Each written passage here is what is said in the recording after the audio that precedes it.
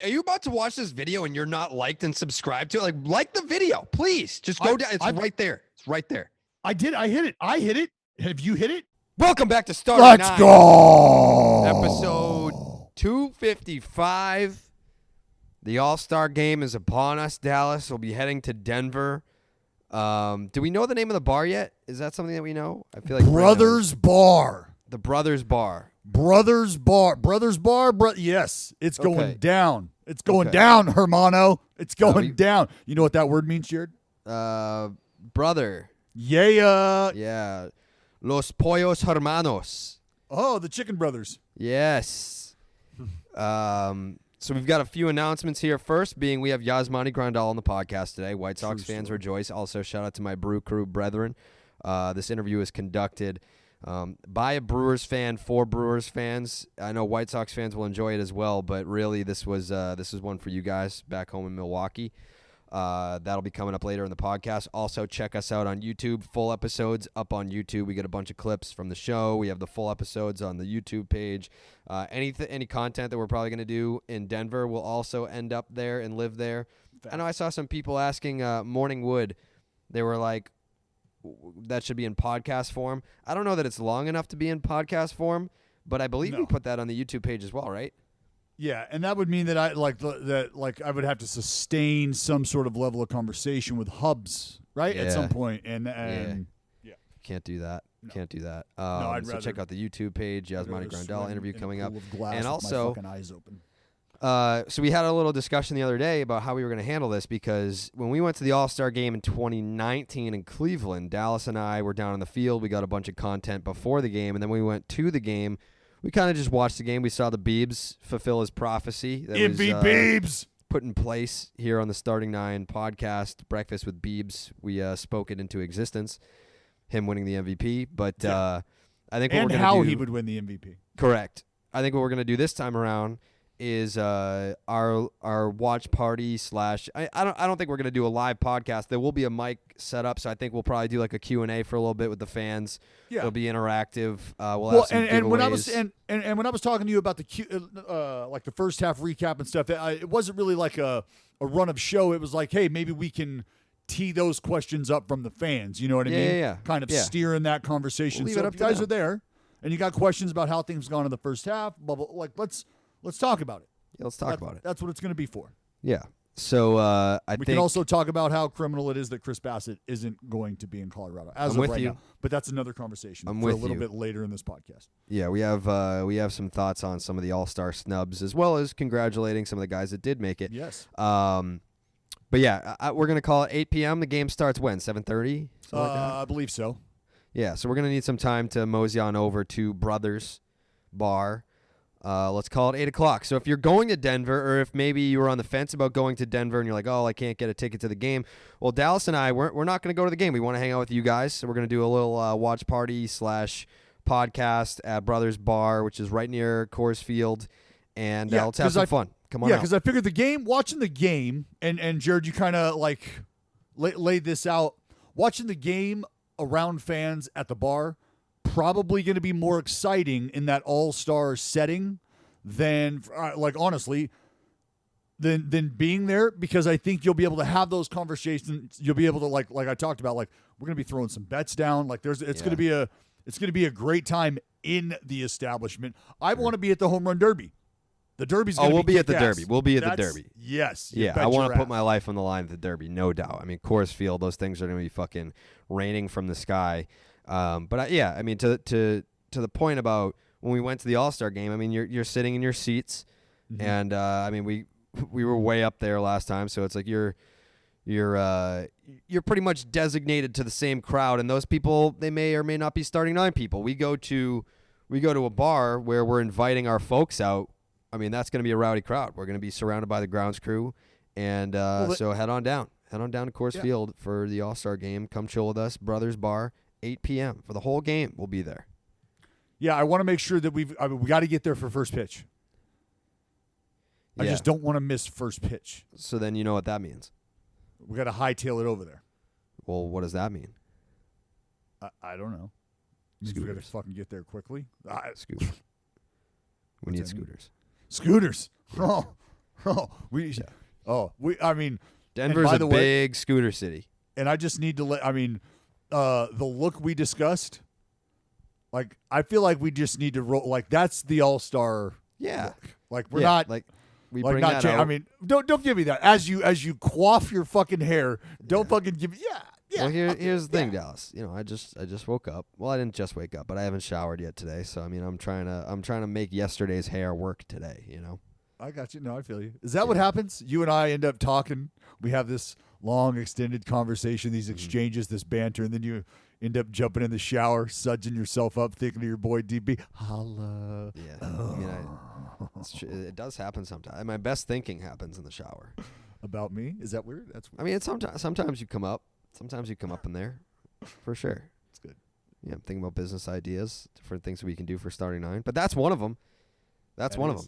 This watch party at Brothers Bar, and we're gonna head over there on our scooters, and we will have our All-Star Game attire ready to go. I can't wait. So that means that we're gonna have to figure that out. Boots on the ground, like Monday. Like, yeah, it's. When are you getting in it? You getting in on Sunday or Monday? I'm booking that today.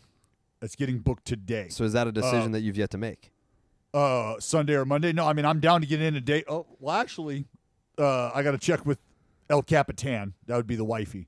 She's the one who's locked down the Airbnb. So I don't know what day I have that. I think it's a Monday. I'm gonna be exhausted when I get in because Coley's wedding is in fucking Antarctica. It's on like the furthest point of Maine. So Saturday, I'm driving 3.5 hours up to Maine. I also don't have a hotel yet, so there's like a 50-50 chance I'm sleeping in my car, and then driving back. The wedding is on Sunday, so doing the wedding at 4 p.m. on Sunday, then driving 3.5 hours back to Boston Sunday night. Have to record section 10 at like 1 o'clock in the morning, and then get on a 9 a.m. flight on Monday morning to be able to get to Denver by noon on Monday, which still to me feels late, but because Monday is the live show. No. Monday's the Derby. Oh, Monday's Tuesday the Derby. Is the All-Star game. Okay. Yeah. So I'll probably maybe you know what, Dallas, maybe I'll do a spa day on Wednesday. I deserve it. A little spa day in Denver.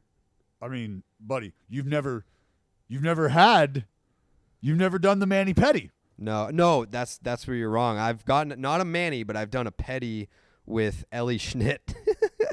Oh, really? I've done a one and done pedicure in New York City with Ellie, like 2 years ago, and trust me, it's an experience that I would like to have again. It felt liberating, so to speak.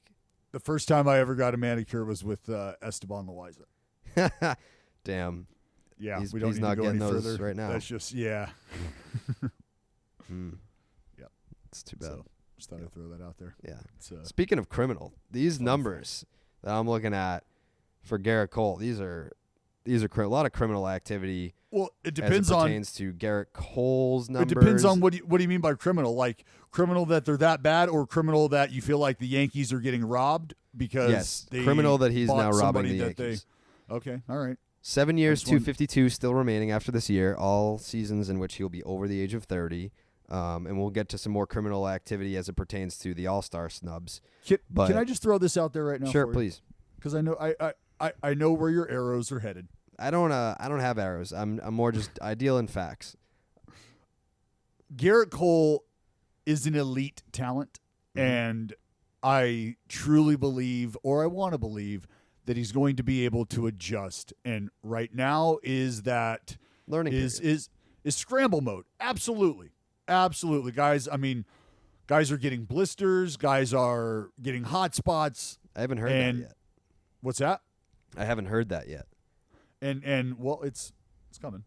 And to spin the baseball takes a certain level of skill. Like you literally have to have a feel for the ability to do that. And I think that's something that he'll get back to.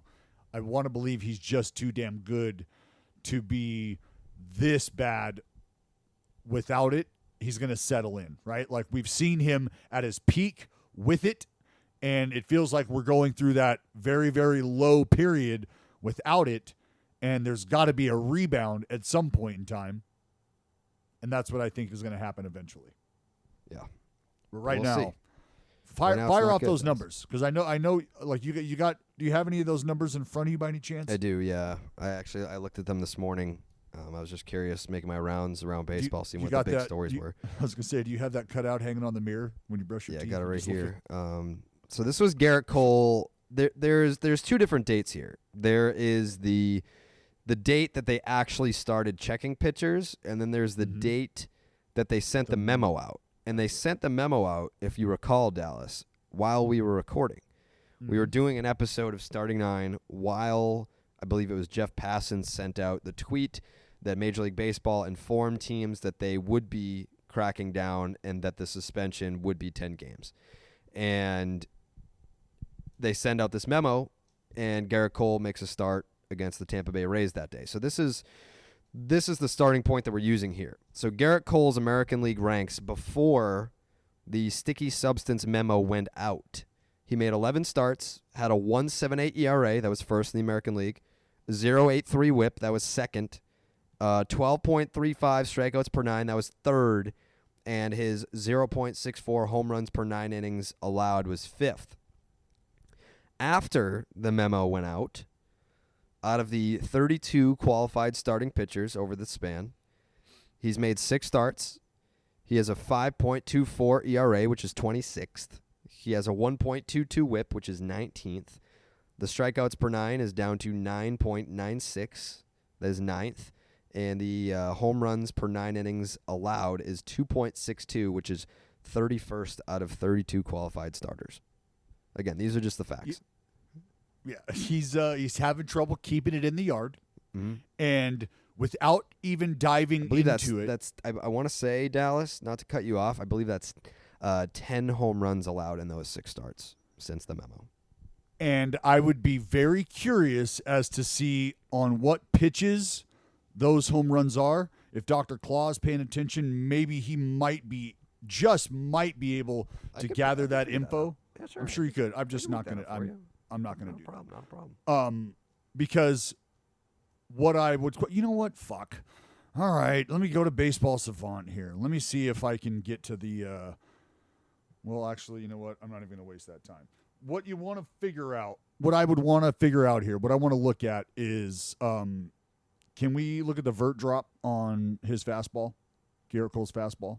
Oh, yeah, that's a good point. Because what I'm asking for the folks who are listening, what the fuck is he talking about? Vertical drop on the fastball.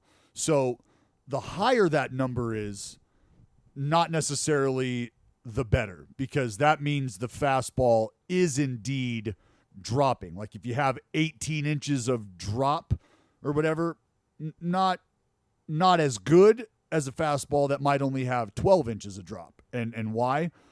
Because that fastball that only has 12 inches of drop, if you're thinking about it, it's holding its plane longer, right? It's not dropping as soon or as much as soon, really. So the longer that thing stays up top, oh, go ahead, Jared.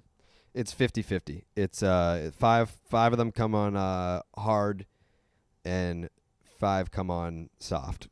So that's encompassing. So then out of those and breaking. Out of those hard, I would wonder location. The fastballs, are they like in the upper third of the zone instead of lower third, middle third, upper third? Yes. Probably that would be my next question. Just and this is again just getting trying to identify like what the pitches look like, because if that vertical drop is greater now and he's not able to keep that fastball up top on a string and just dominate guys like he has been able to do, that could be an indicator of the impact of not being able to spin the baseball. And what happens is those strikeouts up top now turn into fastballs that guys can get to. And that's why I'm asking these questions, is because that's typically what happens. And for Gerrit Cole to have those numbers looking like they do, the 10 homers in the last 6 games, like that's egregious. It's a lot.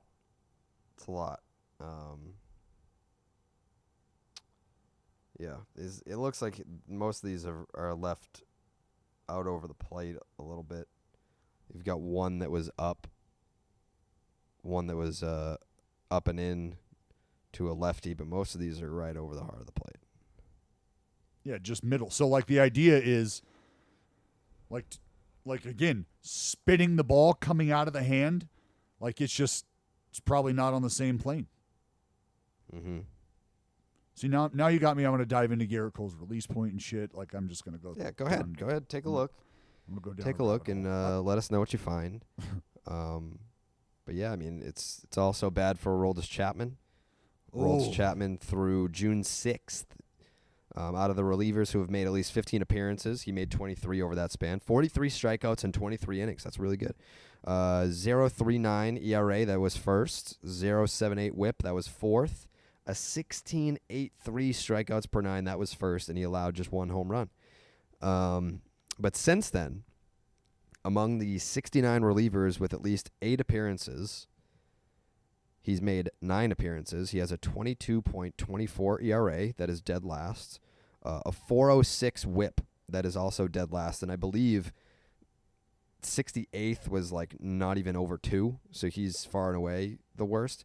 9.43 strikeouts per 9, and he has allowed 4 home runs, which is, again, the most out of any relievers who have made at least 8 appearances over that span. So he's statistically the worst reliever in baseball. One of those are Grand Slam, right? Yes. Yeah, that was Jared Walsh. Mm-hmm. Game-tying Grand Slam. Also, Pedro Alonso got him for a game-tying home run in the City Series, Game 1 on Sunday, 4th of July. Little Oppo piece. Wasn't it Oppo? He pulled it. He pulled it. Didn't he? I think he hit one in the nightcap. Yeah. Yeah. Oppo. Yeah, That's the game I was listening to on the way back to Oakland. From Oakland.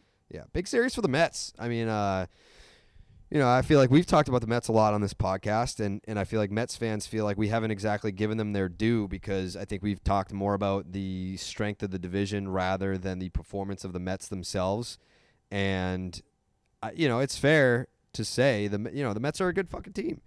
But +5 run differential, that's not great because I know that, we're talking about wins and losses here. They're 43-37, but they've got a 3.5 game lead over the Atlanta Braves, who are still trying to get over 500 here. But the Mets at home have been fucking incredible. 24-11. They still have yet to crack 300 runs in the season. For as great as their pitching has been, they could get better, which is, I guess, in a way that's scary. I mean, it's like they haven't played their best baseball yet, and they've pretty much been a wire-to-wire first-place team in that division. Well, when you get both those things to line up and click at the same time, that's when you start to see some separation. That's when start to see a team take off. And I always talk about, like, very rarely do you get a starting rotation, bullpen, and offense all clicking at the same time. When that happens, that's where winning streaks come in. That's how winning streaks start, is you get a dominant start, maybe even a complete game. The next day, same thing. Bullpen comes in, dominates. Your lineup has grinded out ABs, has maybe jumped on guys early, put up some crooked numbers few times throughout a ball game, and everybody's just really tasting it. And then as production can't sustain itself over 162, teams taper off, and maybe it's a blow up in the rotation or whatever. But, like, to be able to put all that together, that's how the Mets are going to take off. You get healthy at the same time. Like, yes. And also, this was a note that's kind of later in the rundown, but I feel like it's appropriate to talk about here. The Kyle Schwarber injury is fucking huge. Like, oh man, this dude said that he felt a pop. So we're talking time, and it's not like the Nats were up the Mets' ass or anything, but they were making up ground. I mean, they got as high as second place. They were making up ground, and it was on the back of Kyle Schwarber that was happening. Yeah. Well, you got to. It started out 1-0, right? Yep. Like, damn near how many ball games? I mean, I know it probably just feels that way because he's been batting leadoff and he's hit home runs every day, and they all haven't come 1-0, like first at bat of the game. I feel like there's been a couple, but that's just that threat, that looming threat, man, and the impact of him. Say he doesn't go deep, first AB, he's on base, either via the walk or another knock or whatever, and that changes the complexion of the lineup when you're constantly starting with somebody on base, or you know that you've got that power presence looming if it's later in the ballgame as that lineup turns over, Schwarb's right in the middle of that. Yeah. And then one of the more bizarre occurrences of the season so far, I'm pretty sure every single one of Bryce Harper's home runs this year have been solo home runs. Really? Yes. I want to say, I can look that up for sure, but if it's not all of them, it's all but one of them, but I'm pretty sure it's all of them. That is kind of crazy. Yeah.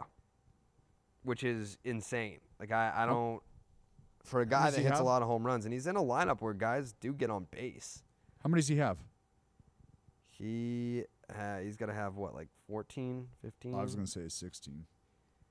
Bryce Harper has 14 home runs. Oh. And let's see. Bryce Harper, when he hits a home run, yeah, they're all solo. All of them. When Bryce Harper hits a home run, he has 14 RBI. 14 home runs, 14 RBI. That's crazy. Mm-hmm. All solo. I mean, like, cut the guy some fucking slack. I saw people, like, coming at Bryce Harper for that. Being like, oh, dude, yeah, you can't hit when there's runners on base. It's like, Bryce Harper's not responsible for who the fuck's on base.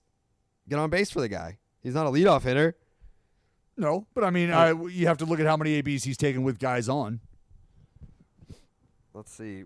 You don't have to do that right now. I'm just saying that's something to think about. You could very well. I'm going to look at what he's hitting with runners on base this year. What do you think? Do you think he has an OPS over 900 with runners on? No. Bryce Harper this year with runners on base. Okay. Men on base. He's hitting 282 with a 739 OPS. Yeah. Runners in scoring position is not as good. Lower 227 Yep. with a 602 OPS. Yeah, so like on base, those numbers tell you right off the top that he's sacrificing power for bat to ball, and he's not getting big with guys on. And when he does, especially in scoring position, it goes way down. So When guys on, he's okay. Like guys on, he's cutting the swing down. With nobody on, he has a 949 OPS. Getting real big, Jared. Getting real big. Doing damage. Probably getting pitches, too. Yeah. Guys on, not getting much to hit. And he's got to be a little more selective, meaning, and that's the thing. Being selective doesn't always necessarily mean eliminating balls. It could very well mean expanding your strike zone to take advantage of a hole or to get a pitch that's up. It's up and out, but you can handle it. You shoot it the other way instead of trying to snap this thing into the fucking second deck. Yeah. You know? Don't let him get a man on first, though. Man on first, he's hitting 353, 500 OBP, 912 OPS, but still no homers. Yeah, that's bizarre. That's bizarre. I would like to ask him about that. That's very interesting. Anyways, side tangent there about Bryce Harper's season. But the Atlanta Braves have the actually, surprisingly enough, the Miami Marlins, the last place Miami Marlins, still have the best run differential in the NL East right now, but they're 9 games back, and the Atlanta Braves still struggling to get above 500. They've been playing a little bit better as of late. They've scored almost 100 more runs than the Mets, but that pitching's gonna keep biting them. They've allowed 84 more runs than the Mets. Yeah, the pitching. So, pitching. That's why. Hey, bullpen, tell you what, their bullpen's not good. What we saw, Jared, this weekend between our two ball clubs, you got a good idea of what pitching. That was playoff baseball. What pitching does to good lineups. What pitching can do for a game, for an atmosphere, an environment. Like, I mean, that fucking Sunday game between Pivetta and Caprillion was, oh, dude. Yeah. Was fucking outstanding. He's really good. Outstanding. Who's both of them? Who are you talking about? I was talking about Caprillion, but yeah, Pavetta's been. And I was talking about Pivetta, like Pivetta dialing up.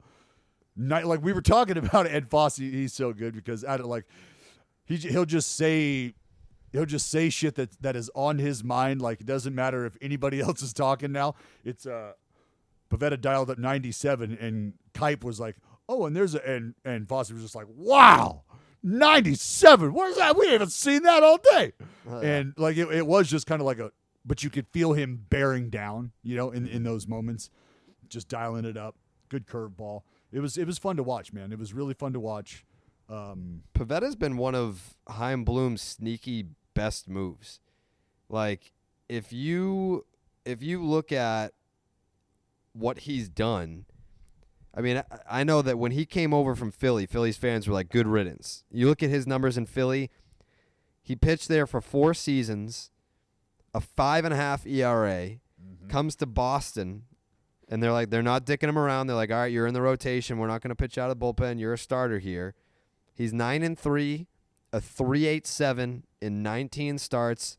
He's got 122 strikeouts and 102 and a third innings. And he's pitching to a 1.27 whip, which would suggest that there's traffic, but clearly he's getting out of those jams that he's putting himself in. Mm-hmm. So, yeah, Nick Pivetta, sneaky, because you look at what the Red Sox gave up to get him. Who'd they give up, Dallas? I don't know. I have no idea. Brandon Workman, who is where? Oh yeah. Well, they got Workman back, and they got one of the other dudes in that deal back too, right? They got 2 out of 3 guys. No, they Heath Hembry, I believe, is with the Reds now. But the 2 pitchers that the Red Sox traded for Nick Pivetta are now in different organizations. Pavetta's in Boston dealing. Heath Hembry's out of the bullpen for Cincinnati.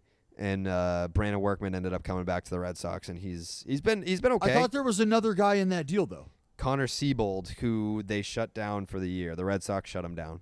Okay, well the idea is you still have him then. That was my point. Was the return? Like anytime you give a guy away and you get him back with the fucker that you got, like that's that's what I was saying. Like unfortunately he shut down. Get it? He's not being used, but you got him back. Yeah. He's and they have high hopes for him. Just like the Dodgers have high hopes for their season because they've now won 9 straight, which we kind of all saw coming.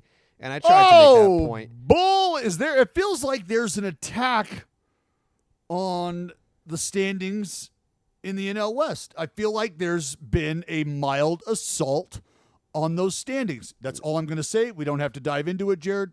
It just feels that way. Over the last 10 days or so, it feels like there has been a steady assault. Not a shift. Dare I say shift? No, I don't dare say shift. Why? Because, Jared, I'm not so ignorant as to notice that the team that has been at the top of that standing is still there. So there hasn't really been a shift. Right. But there has definitely been an assault. There has definitely been an attack on those standings. That's all I'm saying. Well, all I'll say is that if I told you back in April that the Dodgers are in the midst of a 9-game winning streak going into play on July 5th and then asked you who's in first place, you'd be like, well, the Dodgers, probably by like 5 or 6 games.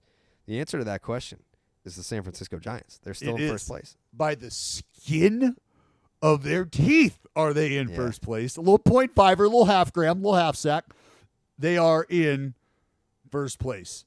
And what's starting to come out, Jared, tell me what that run differential looks like.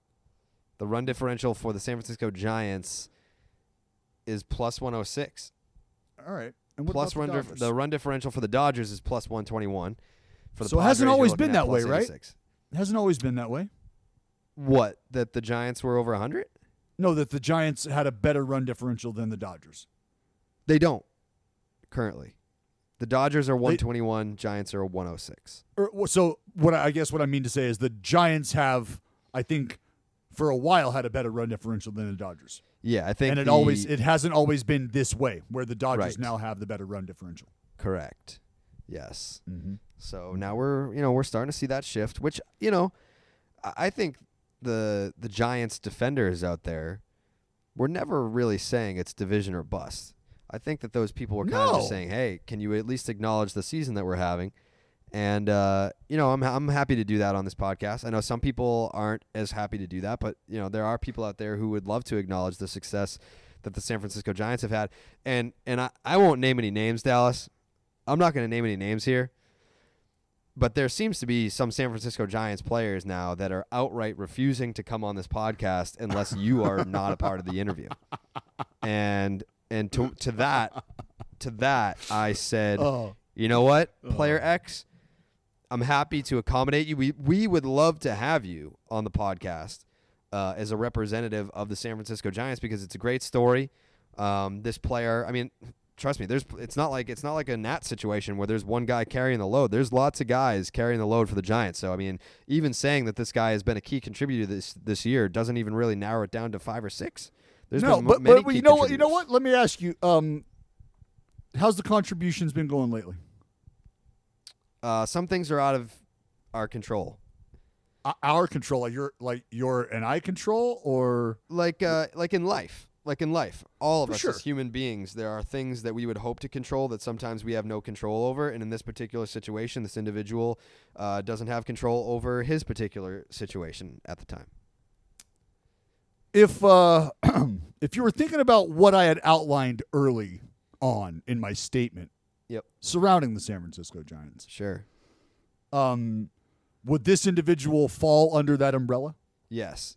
To Dallas's point about the Giants having early success because of the contributions that they've gotten from their veteran players and questioning how sustainable that would be over 162, it was a valid point, and it could prove to be even more valid as time goes on. But for the most part, you have to be happy with what you've gotten, even considering. No question. Yeah. Zero question Yeah. about that. Zero question. And like let's just be real for a minute. Because if you're a Giants fan who doesn't watch A's games, for one, totally understand. Two, you haven't heard me talk about the Giants in a serious manner when I'm highlighting the performances of guys like a Buster Posey or like the fucking dinosaur that they got over at third base, fucking Evan Longoria, or Brandon Crawford, or the Flyer guys, the Flyer trio, the Gosmans, the DeSclafanis, and the Woodies. Like, every one of those dudes is why the Giants are doing what they're doing. Every one of those dudes is why they're at where they're at. Like, early on, we're talking about DeSclafani and Woody, the way they were throwing the ball, like, yo, it's early, but if you guys want to kick around a little Cy Young combo early, a little Barstool talk, a little barroom talk, let's have it. Let's do it. Like, why can't we? And those were dudes that were part of that combo. And that was all I was saying in my early assessment was, I know how this game goes. It's a marathon. It's long as fuck. So the boys that get hot for the first month that you fall in love with, that in your mind give you this guaranteed, those guys, they got to be there in August and in September as well.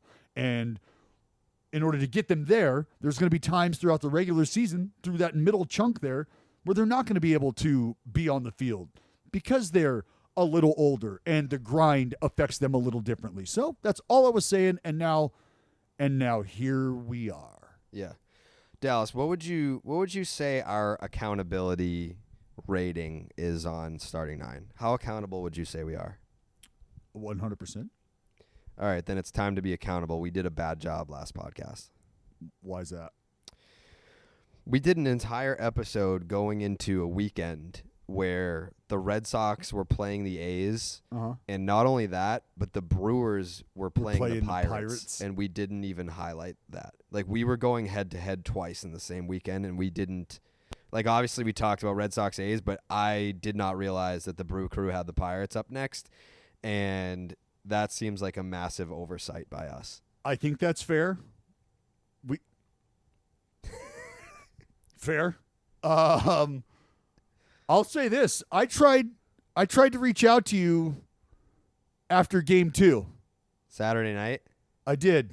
Yeah. I did. I feel like I never have FaceTime like decline that quickly. Like, I don't know if you were. I didn't going decline. I didn't I didn't see you call, And then when I looked at that. my phone and saw that I had a missed FaceTime from Dallas, I was like, do I call him back or do I just go to bed and try again tomorrow? And I chose go to bed and try again tomorrow. It's unfortunate. It's all right. But yeah, you know what? That is our fault for not highlighting what, in one aspect, as you so eloquently put it, was postseason baseball. It was playoff baseball. Yeah. I told you. I text you on the ride home. I could do that again 5 times. You can get down for 5? In October. I can do that again. I mean, that was a sweep by the Red Sox, though. No. They win not 2. The middle game, they had a 2-run lead in the 8th and then a 2-run lead in, the 10th? 12th? Whatever the fuck it was. Couldn't nail it down. Yeah, that should have been a sweep. But it's okay. It's okay. We'll take 2 out of 3. We'll take 2 out of 3 in Oakland, and we'll also take 2 out of 3 from the Pirates, even though, that would have been nice to keep the winning streak going. Shout out to the Milwaukee Brewers. We are fucking red hot right now. Yeah, what do you guys like? You guys have won. It was 11 straight, lost the last one to the Pirates, so I believe we have the biggest division lead in baseball. We do. The White Sox have a 6-game lead over the Indians, but the Milwaukee Brewers have a 7-game lead over the Cincinnati Reds. Is it me, or does that 6-game lead in the Central feel like it might as well be 10, 15? I don't know why I feel that way. I feel like the Indians are like not even gonna. No, I mean the Indians I think will hang around, but will never pose a threat. They've lost 6 straight. I mean, the White Sox are the only team in the Central with a positive run differential, so I don't see anyone threatening them for the division. But before we move on from the NL Central, I mean, the Milwaukee Brewers have a 7-game lead, and I said the Brewers have a 7-game lead over the Reds, Dallas. Mm-hmm. So if I tell you the Milwaukee Brewers have a 7-game lead over the Reds, are you scratching your head at all at that statement? As to why the Milwaukee Brewers? Well, they've been on a... No. As to... Wait a second. Their 7-game lead is over the Reds, not the Cubs? What happened? The Cubs lost 9 straight? Epic slide. Yes. Epic slide. And David Ross... Gun to my head, I still think the Cubs probably finish in second. Do you? Well, like the Cubs, so... Over the last 14 days for the Chicago Cubs, their offense collectively hitting .211. Bad. Not good. They've got 11 homers during that time. Yeah. That's 29th. There's only 30 teams in baseball. They've scored 33 runs in that time, and that's 30th, which is why I told you there's only 30 teams in baseball, just so you have an understanding of where they're at there.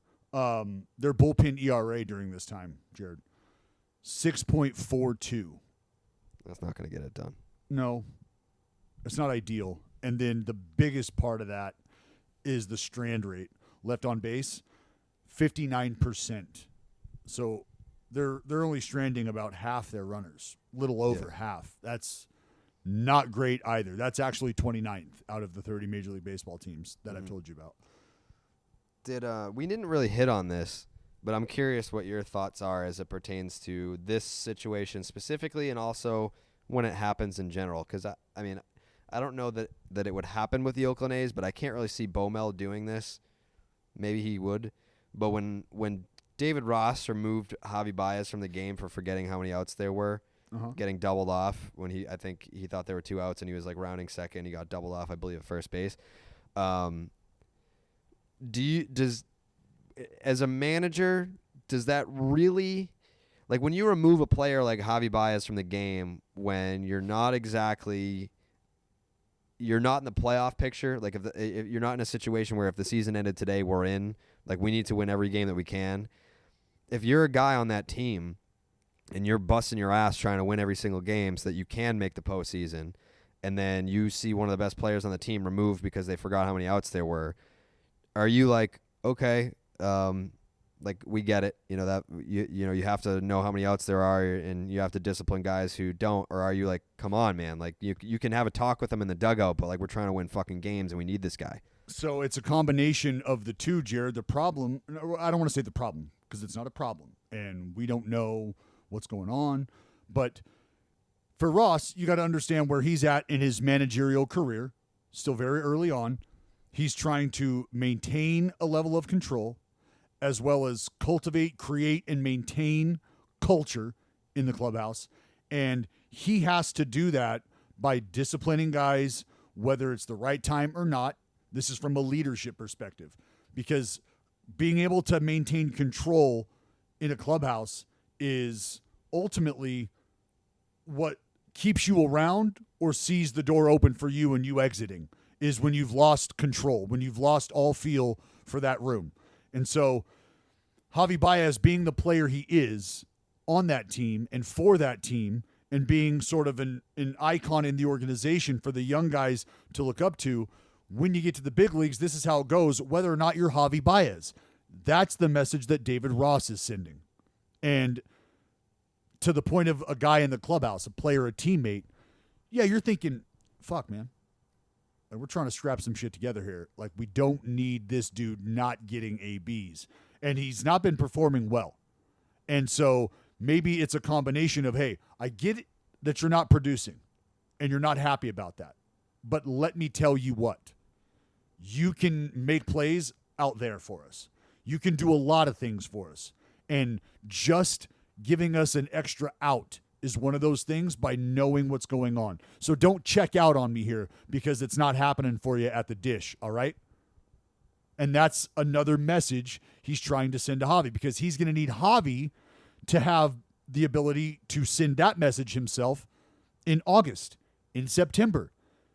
And while it's the manager's job or responsibility to be conveying that message, when you've got a field general, right, much like Yachty is in St. Louis, when you've got guys like that that just kind of command and demand, the Giants have that in a guy like Brandon Crawford and a guy like Buster Posey when they're out on the field. And so it's walking that fine line between, again, controlling, creating, and cultivating the culture, and also getting your star players to remember that they're stars because they do the little things right. The NL Central race is also important because you have the NL West being a monster with the Giants holding on to that first place spot by a half game. The Dodgers have that first place wild card spot. The Padres have the second place wild card spot. Then the Reds 5.5 back of the second wild card spot, and then the Cubs 7 back, half game over the Braves. So those two NL Central teams represent the fringe teams in the NL wild card race as well. Well, here's where it gets crazy, dude, because if you're thinking about the leader in the East right now, and let's just call it the Mets, and let's say it finishes that way, they're at 43 wins. So second place, you've got Atlanta at 41. Right behind them, Washington at 40. So you feel like, well, you can't really count Washington out of that second wild card spot, can you? If they're only one win behind the Braves. And then you look at the Phillies and you're like, well, fuck, the Phillies are only 2 wins behind the Braves, 1 win behind the Nats.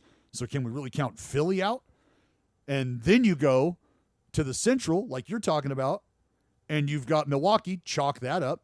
But then you've got Cincinnati, 43 wins. Well, that's only 2 wins more than the Braves. Can't really count the Braves out from that, can you? Well, the Cubs, they're at 42 wins. Can't really count them. Well, the Cardinals are at 41 wins. Can't really count them. Like, holy shit. Where's this second one coming from? Mm-hmm. Where's it coming from? Yeah. Like, that's the race that you're going to pay attention to now. Not necessarily the Central, and maybe not necessarily the East, but the teams that aren't going to win those divisions comprise a whole nother division's worth of teams to take that wild card. So then let me ask you this. Where is the most interesting race in baseball happening right now? And you can include the wild cards. Is it the NL West? It's the AL. I would say it's the 5th NL wild card spot, or the 2nd NL wild card spot. Sorry. Okay. Just because of everything I just outlined, because and aside from Milwaukee, the leader in the NL East could be any one of those other teams that I mentioned, which is why it's just bananas. It's going to be exciting. Because the fourth place team in that division is only 4.5 out right now. Yep. In the NL East, the Phillies. Correct. That's the Phillies. Phillies half game back of the Nats. They're a game back of the Braves for second place. Could be a lot of movement. Could be a lot of movement there. And just for context, the Phillies have 39 wins, and they're 4.5 out in their division. The San Diego Padres have 50 wins, and they're 4.5 out in their division. Yeah, the NL West is stacked. They're stacked. We'll see how it plays out. It's going to be interesting moving forward, especially after the trade deadline, because from what I've been hearing, we could see some trades pretty soon, because the word on the street is that some teams are waiting for the draft to conclude, and then bam, we might see some movement right away as it pertains to trades. So we're talking like a week from today. Because remember, baseball, you can't wheel and deal in the trade slot, so you pick these guys up. Yeah. I'm thinking also, because I always say this, you just wonder if there's any arms out there that major league teams feel like they could just, hey, you know what? Maybe this kid helps later. I want Germán Marquez so bad. I want him. You think that's happening? I think old Heim might pick up the phone. Yeah. I mean, he's going to be highly sought after, and I'm sure he has a price, and he'll walk away if it gets to. Let me tell you who the most sought after free agent or sought after guy is going to be. Scherzer? I mean, I don't think Scherzer's moving. Kyle Gibson. He's been nails, and no one's talking about him. Nobody's been talking about him. And we don't need to keep talking about him. We could just stop. You want him in Oakland? You're goddamn right. Oh, man. Come on, baby. Let's talk Gibby about Kyle has Gibson been for a second, because he's having a your boy's year. dealing. Your boy is dealing. Down south. Kyle Gibson for the Texas Rangers this year has a sub-2. He's leading the American League in ERA. He's got a 1.98. Not a big strikeout guy. But his ERA plus 2.26. 81 strikeouts in 95 and 2/3 innings. The whip is 103. Call it 104. Yeah, he's been really good. He's been really good. Mm-hmm. So they don't fucking need him. Come on. They definitely don't need him. But I need some Gosling's rum. I know that. I'm gonna need Jared. I'm gonna need some Gosling's rum just based on these goddamn all-star selections. Yeah. Pour me a fucking dark and stormy. Yeah, I'll get you a dark and stormy, then we'll get into the all-star selections. Gosling rum, with its Bermudian values, motivates people to take time and stop and smell the roses, to step away from the rat race and be happy. They've been family-owned and operated since 1806. Gosling's rum is the spirit of Bermuda, and the Dark and Stormy is Bermuda's national drink. The name Dark and Stormy was said to have originated around the 1920s. Really? When an old fisherman observed that the drink was the color of a cloud only a fool or a dead man would sail under, probably followed by barman, I'll have another Dark and Stormy. Another. Gosling's makes it even easier, as they have ready-to-drink Dark and Stormy canned cocktails. It's 100% authentic with no malt base. It's just Gosling's Black Seal Rum and Gosling's Stormy Ginger Beer ready to go. Find it in your local liquor store's fridge or a pre-mixed cocktail aisle. Gosling's is the official rum of the Boston Red Sox, who are in first place and have the best record in the American League, and offer a limited release Red Sox edition Fenway Green Dark and Stormy can, available at Fenway Park, home of the team that just took 2 out of 3 from the Oakland A's in Oakland, and at liquor stores all across New England. On reservebar.com, you can receive $15 off your first order of any Gosling's product. All you got to do is use the promo code Barstool. So we've got some more All-Star Game announcements. I think every single year. By the way, can I make this point really quick? Please because do. this has been a drum that I've been banging on for over a decade. Can we just take a moment to appreciate and be happy that the All-Star Game no longer determines home field advantage in the World Series, and that was the dumbest thing that Major League Baseball has ever said or done? I can. Yes, but I can applaud the effort to try to make it worth it. And you got to remember that was on the heels of having it end in a tie, right? Yes, 2003. Yeah. Was So that the Michael Young game. So when baseball ended in a tie, we were like, ooh, it's kind of a bad look. That's one of our selling points. The shit really doesn't end in a tie. So, yeah, let's circle back, figure this out. I get it. We'll try to make it worth something here. And we'll try to, see if that helps the energy of the game, if that helps guys want to show up. Because if you're getting stars that are a part of those playoff teams, they're probably all-stars. But if they're part of those playoff teams, they don't necessarily want to take that 4 days to go work out and be on the field, and they might need a break. Well, if you make it worth something, maybe those guys show up. So, again, I can applaud the effort, but, yeah, you don't want to put it on that stage depending what, or having October depend on what happens there. That's just not fun. That's not cool. That being said, there's a lot that needs to change. Yeah. We already saw Luis Rojas. They interviewed him during the game. I think it was the Sunday Night Baseball game, talking about, we want Jake to win games for us. We don't necessarily care if he goes to the All-Star game. We don't care if he pitches in that game. So, that's great that you want to give him the All-Star nod, but chances of seeing Jacob deGrom pitch in the All-Star game doesn't seem likely. But the American League starters, we went over this last time. We'll go over it again. Salvador Perez, Vladdy Jr., Marcus Semien. Oh, that's tough, Dallas. No, not at all. I mean, Gerrit, I could look, dude. I'll say, you know what? Let me take the time to say this right now. You get 20 seconds to talk about Marcus Semien. No, it's not. It's not about Marcus Semien. Oh, okay. It is and it isn't. It's for the A's fans who have dug their heels in and said, I'm not going to do it anymore. I'm not showing up to that ballpark until there's changes made, until there's a shift in approach, until I understand your desire to not financially support something. I get that. How do you make him hurt? You take the money away. I understand that. There's nothing that says you can't support the players, though, in endeavors like this. So let's just say, Jared, there's 2 million A's fans kicking around in Oakland that are really pissed off about how things have gone in the last few years, last 10, 20, however long they feel. They haven't shown up to the ballpark. That's fine. Have you supported the players, though? Because it feels like kind of they haven't. And that's not all of them, because Chris Bassett got votes. And he got votes from a lot of the fans that show up to those ball games. What I'm asking is the fans who don't show up to those ball games that still call themselves A's fans, that are still a part of that fan base, why are we not supporting the players that deserve it? Why can't you draw the line between your beef with ownership or with whoever it is? Draw the line between them and the players. The players want you there.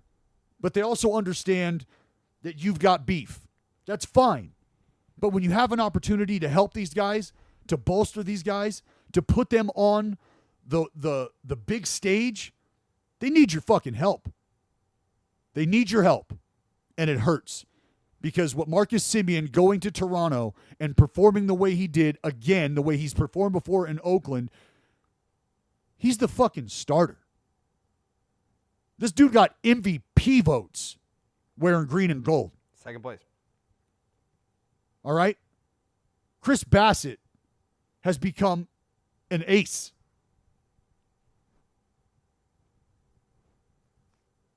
And we can't get this fucking guy to Colorado? And there's other entities that have control, like the commissioner's office. You got 6 picks, right? 6. Jared, we got to combine 6 fucking players from the 2 last place teams in the AL West. 6. The A's, who held first place for the majority of the first half, got 1 fucking all-star. 1. Yep. Are you fist fucking me? And he's not even starting. Well, not that, Vlad. He wasn't going to start. Yeah. He wasn't, Ole was not going to start over Vlad. Did not deserve to start over Vlad. but absolutely deserved to be in the finalist conversation above the other 2 first basemen that were even in that conversation. Yep. Jose Abreu, it was laughable that guy's even on anybody's list compared to the other guys that were options. Sorry. Former MVP. Great. Not this year. Marcus Semien starting at second. Rafael Devers at third. Xander Bogaerts at short. Mike Trout, that's another one where it's like, come on, man. Like Cedric Mullins, you're telling me that Mike Trout, who's sat out half the year with an injury, he's your outfield starter when a guy like Cedric Mullins is turned himself into one of the best leadoff hitters in baseball. Well, that's just the fan vote. That's everything that I just talked about is all about the fans. It's all about the fan vote supporting that first push. The fans choose the starters. And the concept behind that is the fans are the ones who make this game go round. And they want to see their guys. Well, you're not going to see Trout. And there was a lot of contradiction with some fans, because I don't know if you saw my tweets about Glasnow, because I was saying... Just the acknowledgement. Yeah, I was like, Tyler Glasnow and Shane Bieber. Shane Bieber is not going to be able to pitch in the All-Star game, but he's an All-Star. And I was talking about Glasnow being like, Tyler Glasnow had an All-Star first half of the season. Like, he should be an All-Star. And people were like, well, he's not going to play, so what's the point of voting for him? It's like, well, first of all, you got Mike Trout starting. He's missed more time than Glasnow. You got Bieber on the team. You got Luis Rojas telling you that DeGrom's not going to pitch. Yeah, DeGrom's not going to pitch, so you voted for him. And Glasnow is a pre-free agency guy. Like, he's going through ARB. And when you go through arbitration, all-star selections matter. And I had someone be like, you're telling me that all these like smart people get in a room and like they have all these advanced statistics and they talk about all-star games? Yes. Yep. Matters. Yeah, they do. Like, that's the difference of, I don't know how much, but I mean, like, we're talking tens, if not hundreds of thousands of dollars. And it matters because think about the commissioner's selections. That's essentially the commissioner's office thinking, all right, this player's marketable, this player's marketable, this player's marketable, this player. That's how I would look at it, is that's how the commissioner is going to try to grow the game, right? Like, you're trying to make a combination or a combined pick of somebody who deserves it, somebody who you think can grow the game. Doesn't feel like that combination has necessarily been met, especially when there's guys like Chris Bassett, whose name is out there, and you're just going, nope, over. Why? Yeah. Aaron Judge, Teoscar Hernandez, Shohei Ohtani is your DH. He also made the team as a pitcher. Babe Ruth never did that. The reserves, I don't know that Mike Zunino. Babe Ruth had that vote going for him. No, let's not gloss over the fact that Shohei Ohtani becomes the first player ever to be voted in by the peers and selected by the fans. That's the first time that's ever been done. As a pitcher and a hitter. He was selected as a pitcher by his peers. Selected as a hitter by the fans. Yeah. So, just another feather in the cap. Yeah. But I know, Jared, jury's still out. You got to see more. Nope. No, I don't. I've seen enough. Mike Zunino, Jose Altuve, Bo Bichette, Carlos Correa, Matty Olson, Matty Mustache, Jose Ramirez, Jared Walsh. Love to see Jared Walsh get some love. Love that. Absolutely love that. Yep. He was the other dude that should have been on that list. It should have been Vlad Cakes, Matty O, and J-Dub is who it should have been. Yep. Michael Brantley, Joey Gallo, who everyone has on the move somewhere. Don't know where. Future Team X. Adolis Garcia, the rookie, who's been mashing. Cedric Mullins, who should be starting. JD Martinez, 4-time All-Star, not a big deal. Nelson Cruz, 55 years old. But I mean, so Ced's got to be getting the start though. Yeah. And so here's the difference: is get bitter about not getting the acknowledgement altogether. At the end of the day, to your point about taking it into ARB in a pre-platform year, you're an all-star. Starter, whatever, you're an all-star. So you're taking that with you.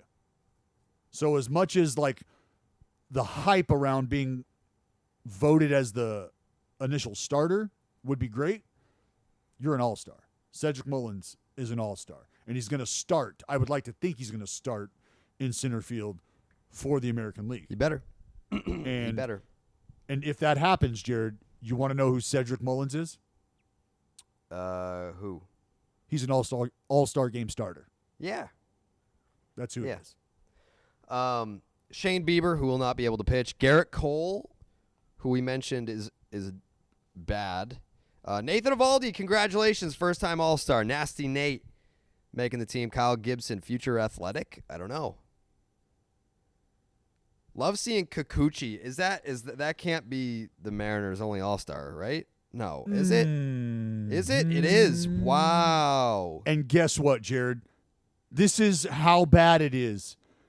You give Kikuchi the nod as the solo guy for the Mariners, and Chris Bassett doesn't get a fucking nod. Yeah. Again. Can we let me just run down some numbers here for you between Chris Bassett and Kikuchi. God. Here we go. 106 and 2/3 innings for Chris Bassett. Kikuchi 93 Someone's and a gonna third. make it from the Mariners. I don't give a shit. Chris Bassett's got to make it. It's absolute trash. I'm with absolute trash. This feels like a ricochet shot at Kikuchi, though. It's not a ricochet shot at Kikuchi. I love me some Kikuchi. Well, love me the Cooch. So then, you know what, Dallas? Why don't you just list Chris Bassett's numbers, and you don't have to compare them to a guy that probably just had the best day of his life yesterday? Well, fuck, you threw his name out there, so I was like, hey, great. You know what? I mean, someone's got to make That's it from your the Mariners. fault. Poor That's your bastard fault. makes You- the fucking all-star team. You Just- tied hey, Kikuchi hey, to the tracks, just all right? I'll You give tied him to the tracks. I'll give you 20 seconds to give me some Chris Bassett statistics. Just get it out of your system. I mean, what about context? Doesn't context matter? No, it's unfair. It's a cheap shot. It's This poor- certain poor player guy. has a 3.18 ERA. That's not Chris Bassett's 3.04. I can tell you that. That's not. He's listening to this podcast. Like, what the fuck? I am an all-star. Chris Bassett, again, 106.2 innings pitched. I mean, that might be the high mark in the American League. I don't even know. Probably. 109 punch-outs in that time. That's more than a punch-out in an inning. I'll take that. I mean, what do you want from the guy? Whip, 1.03. He's keeping the ball in the yard. Homers per 9. I mean, sub 1. Ks per 9. Over 9. Like, I'm just having a real tough time. I'm having a real tough time figuring it out, Jared, because some other guys, I won't mention a name, that guy had a 3.0 walk per 9. That's higher than Chris Bassett's. He's only got Yeah. I mean, there's probably a chance that someone drops out because like their start day doesn't line up. Like Chris Bassett, there's still time for Chris Bassett to be acknowledged as an all-star, but you want him to be acknowledged immediately, correct? yes. Like, would it do anything for you if, let's say, Kyle Gibson starts fucking 2 or 3 days before the All-Star game and then they replace Kyle Gibson with Chris Bassett? Well, if I'm following along, I think Bassie's in that same boat. So he won't even be able to start. I don't think he'd be able to pitch. I don't think he would pitch. Yeah. That does not mean, Jared, that he does not deserve his acknowledgement, right? Because if you have an all-star first half, like we've heard you say here, regardless of injury, regardless of whatever, you deserve the acknowledgement. I agree. I said it weeks ago. I said this like fucking. And I haven't even gotten to Sean Manaea. When were the A's in the Bronx? That was 2 weekends ago. Yeah, maybe 2.5 weeks ago or so. Yeah, I think it was the weekend of Father's Day. That sounds right. Yeah. So that's when I started to get on the Bassett to Denver train. Anyways, Lance Lynn, starting 9 alum, is an all-star, and so is Carlos Rodon, his rotation mate, an all-star. Matt Barnes, first-time all-star. Matty Backpacks, congratulations, former UConn. Look at this guy. Red Sox closer, 19 saves this year, doing outstanding work for the first-place best team in the American League, Boston Red Sox. Aroldis Chapman, statistically the worst reliever in baseball, Major League Baseball, since June 6th. The worst reliever in baseball by every sort of metric you could possibly use. He's an all-star. You know who isn't? Chris Bassett. You know who else isn't? Sean Manaea. 3.13 ERA, Carrabis. 97 and 2/3 innings. All right? 3.20 FIP. Yeah. I mean, he's pitching to the numbers. 9.4 Ks per 9, only 2.3 walks per 9. That's better than another guy that we've talked about in this race. Yeah. That's also better Fucking than. And I Kikuchi, hate to fire this arrow. Yeah.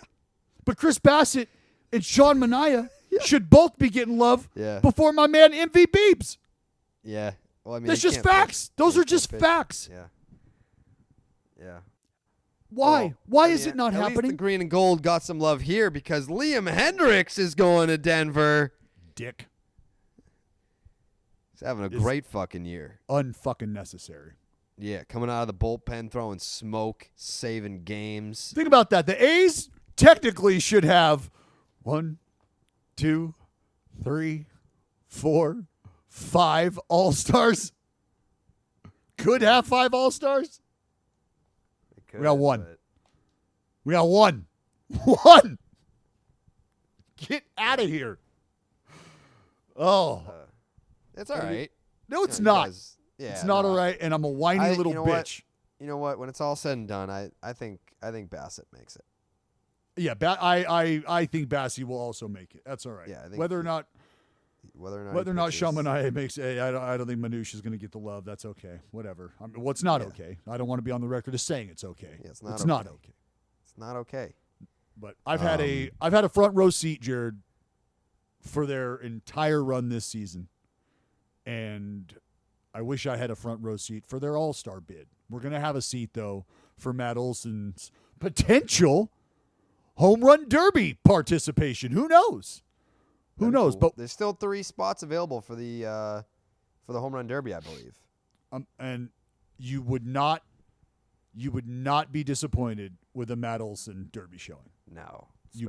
Especially in Denver. Oh, my God. Ryan Presley, Gregory Soto round out the relievers for the American League. Buster Posey starting for the National League All-Star behind the plate. Freddie Freeman, great guy, MVP last year. Really good player. Really good player. Does not deserve to be the first base All-Star. I'm sorry, Braves fans. I would have Max Muncy there. Adam Frazier, Dallas. Mm-hmm. Dallas.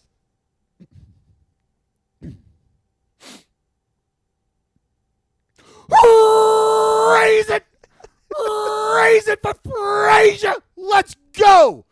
Represent fucking Buccos, baby! It's about damn time, Carrabis. Yeah. It's about damn time. It's the recognition that we need here. Nolan Arenado, that'll be tough. Coors Field. Did you see the... No, we talked about it. We talked about the ovation, didn't we? Yeah, we did. That's gonna be tough to see. Fernando Tatis Jr. his first All-Star selection. By the way, I thought it was really cool. I only saw the Pirates did one and the Padres did one for Cronenworth. Some teams filmed like the team meeting before the games on Sunday, where they informed players that they had made the All-Star team. The one for Jake Cronenworth was really cool. Yu Darvish, and then the Pirates did one for Brian Reynolds, which was really cool. Ronald Acuna Jr., Nick Castellanos, Jesse Winker is your starting outfield for the National League. The Jesse Winker press conference was really cool. He was getting emotional talking about making the All-Star team. The way that Dallas claims to have been on the Shohei bandwagon before everyone else, that's how I personally feel about Jesse Winker. You go back to the 2019 season preview episode, Jesse Winker, he's a dude that 1,000% deserves the distinction of being a starter. JT Realmuto, the reserve catcher. You got Ozzie Albies, Chris Bryant, Brandon Crawford. Yep. The veterans back in there. Love to see that. Jake Cronenworth, as we just mentioned. Eduardo Escobar for the D-backs. Max Muncy, who should be starting. Trey Turner, very underrated. Mookie Betts, who's not having an all-star year. That was popularity. Brian Reynolds, very cool to see him. Schwarb's not going to be able to play because of the injury. Quick shout out to the Buccos duo. It's the first time since 2014 they've had 2 Pirates in the All-Star game. Yeah, the Pirates that was not a team that just has one lone representative just because they have to do it. Imagine that. Imagine the Pirates having 2 representatives. Yep. Multiple representatives. Yep. The Pirates. Jared, where are the Pirates at in their division right now? Last place. Okay. Yep. Juan Soto, and Chris Taylor round out the reserves. There is a glaring omission here in the National League for starting pitchers, and I'll get to that in a second. But you might say to me that I'm gluttonous for talking about this omission, but I'm going to say it anyway because he fucking deserves it. Corbin Burns, Brandon Woodruff, where the fuck is Freddie Peralta? He deserves it just as much as anyone else here. Those three guys for the Brew Crew, they're all all-stars. And I would imagine that if someone can't make it, that we're going to see Freddie Peralta named as an all-star. But what the fuck does this guy... I mean, like, you want to talk about Chris Bassett numbers. I'll bring up Freddie Peralta's numbers right now. You want me to go on a little dive for Freddie right now? I can stand for Freddie if you want. Freddie Peralta, a 2.23 ERA, 93 innings, 129 strikeouts, a whip under 1. I'm going to tweet this right now. That's insane. He's got a 2.23 ERA. And what did I say? Freddie Peralta. He's got a 2.23 and 129 strikeouts and 123 strikeouts. Give me some other starters in the NL. Oh, okay. We have Yu Darvish, who we mentioned, Jacob deGrom, who's not pitching, Kevin Gausman, that was great, qualifying offer guy, German Marquez, who we mentioned earlier, could be on the move, Trevor Rogers, who does not get the love that he deserves.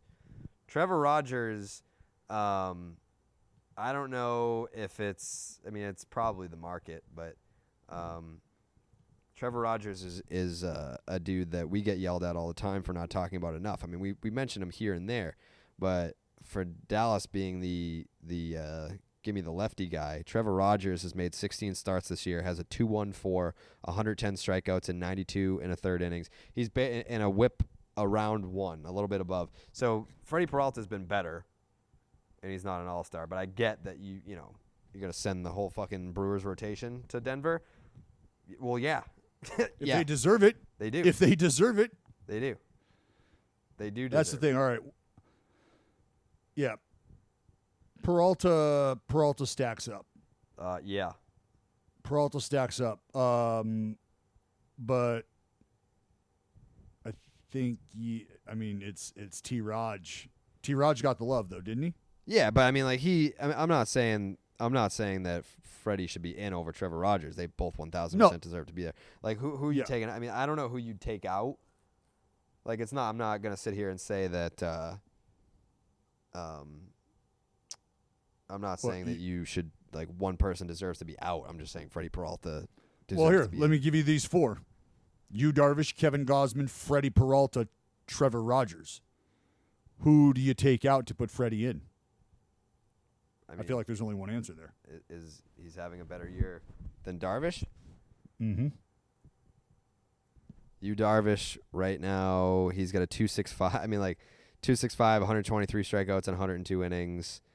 The whip is under 1. I mean, fucking Darvish is a stud too. Like I don't. Yeah, he's a stud. Yeah, you're right. He's a stud.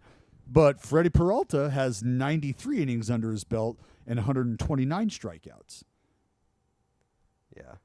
I'm happy that Brandon Woodruff and Corbin Burns are all-stars, but it is the most ridiculous omission perhaps ever that Freddie Peralta has not been named an all-star. He's got a 2.23 ERA and 129 strikeouts and a 0.90 whip in 93 innings. Mm-hmm. And less than a homer per 9. He belongs in Denver. Yeah. So, again, out of Kevin Gausman, Freddie Peralta, or out of Kevin Gausman, Yu Darvish, and Trevor Rogers, you're removing Yu Darvish and plugging in Freddie Peralta. That's the only I've given you those 3, and that's the only way you get Freddie to Colorado. So say it. I'm not saying it because I think. Well, then you don't want Freddie to go bad enough. Yeah, I do. Period. Yeah, I do. No, you don't. No, you don't. Because you got a ticket. Marquez, I'm assuming, is the only Rockies representative, right? Like he's having a better season. Like Marquez would be the guy that comes out. Well, Trevor Story is going to participate in the home run derby. Yeah, but so then, like, would you have Trevor Story over Brandon Crawford? Like where? Like Trevor Story, yeah. Like if you were going to take a pitcher out, it'd be German Marquez. Like Freddie Peralta deserves to be there over German Marquez. Well, yeah, if you're throwing German Marquez into the options that I gave you, but I didn't throw him in there. Yeah.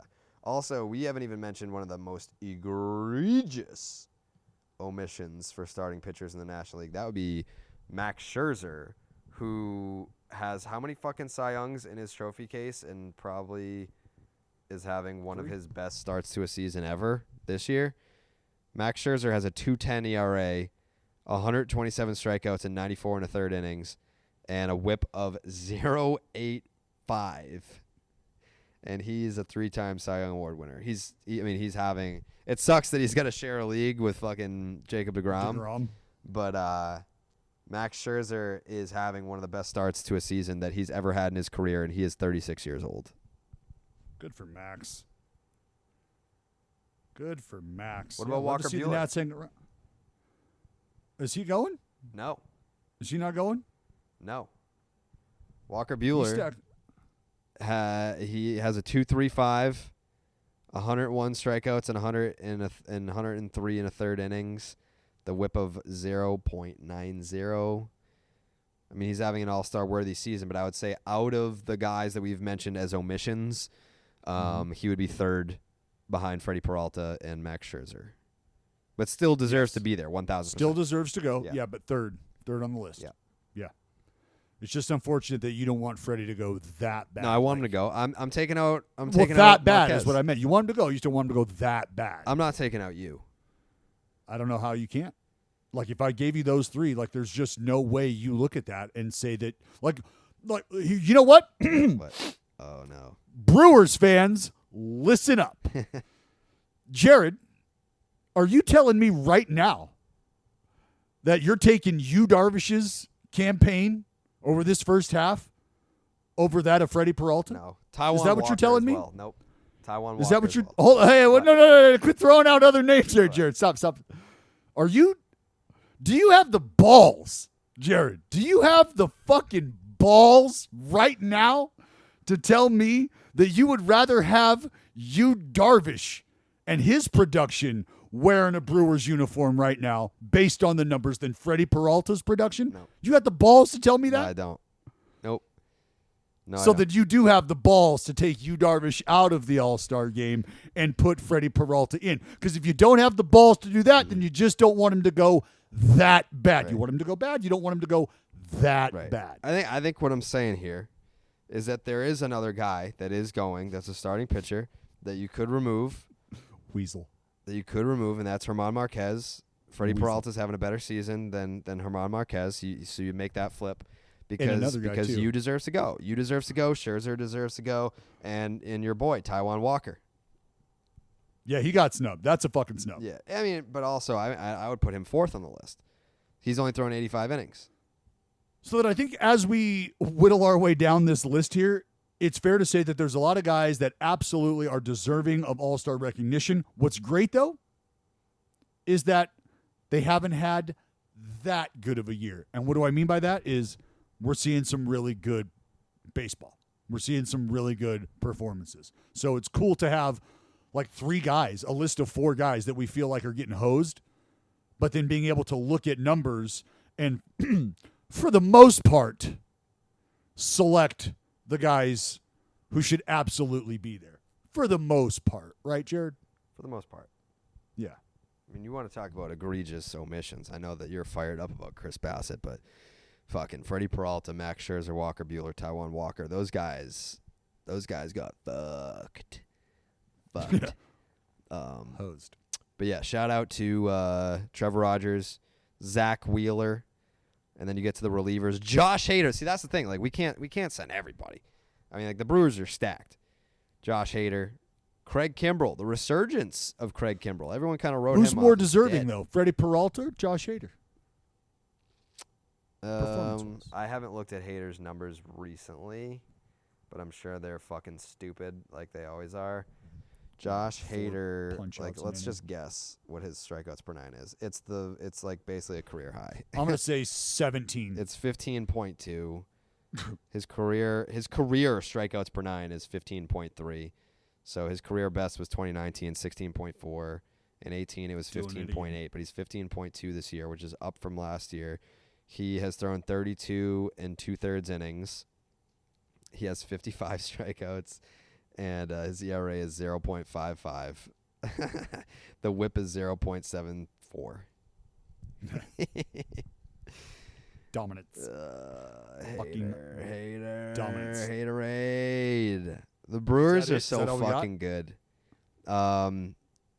Kimbrel, we have to give a shout out to Mark Melanson, which I thought was yeah, it was, I don't know, could have done without. Alex Reyes, year, man. the Cards. Mm-hmm. So that's it. Those are the all-stars that have been named, and I'm sure that there will be others who get named. Please, Chris Bassett, get named because I don't want to fucking hear about it for the next 20 episodes. But Freddie Peralta, Chris Bassett, get him in. Max Scherzer, get him in. And if they do get in, Dallas, we're gonna need some tickets. We're gonna need some tickets to see them there. The All-Star game. Where do we get the tickets? Our folks at SeatGeek got us covered. Yeah. And this episode, along with a lot of episodes, have been sponsored by SeatGeek. I've worked with SeatGeek personally. You have. We have as a group, as a starting 9 hood, we have worked with SeatGeek. Live events are back. How else are you going to get your ass in one of those seats other than using SeatGeek? I don't know. I wouldn't even try. I wouldn't even think about it. They got all the tickets. Baseball, football, concerts. Doesn't matter. SeatGeek puts tickets from all over the web, one place to make it very, very easy to figure out what seat you need. They rate every ticket from 0 to 10. Make sure you get the best possible deal you can, best bang for your buck. Green means good. You're fucking robbing the hood, baby. Red, there might be better options out there for you, so look around. You know what I mean? For instance, I took my wife to go see the Little Mermaid played with the Los Angeles Symphony, and the initial tickets that we had they weren't green, Jared. That's what I'll say. Ooh. They weren't green. So, did a little searching, did a little upgrading, and boom, got a nice green deal for me and the wifey. Not sitting behind some light standard, you know what I mean? Some sweat hog breathing over my neck. Not happening. Green deal made it all worthwhile. And folks, do I have a green deal for you?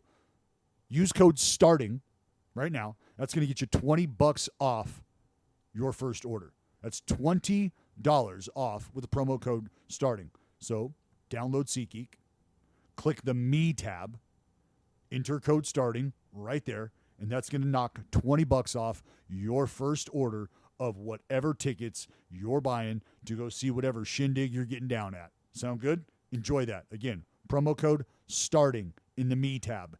Enter code STARTING. You're good to go. A lot of people are up in arms on Twitter right now because of the Freddie Peralta tweet that I just sent out. People are upset. They should be. They're going to be even more upset when I tell them that you wouldn't. No, I didn't. I said that. I said I want he should be in over Germán Marquez. That's what I said. And I know the people are upset.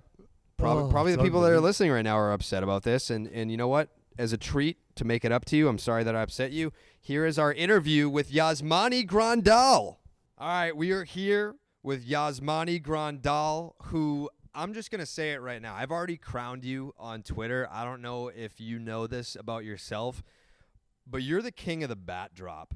I don't think there's anyone in the league right now that can make contact and know that it's over the fence faster than you. Like, when did you develop that skill where it's like, crack of the bat, I already know it's gone? Because you're another guy that, like, you've never pimped a ball that didn't go over the fence. So how do you do that?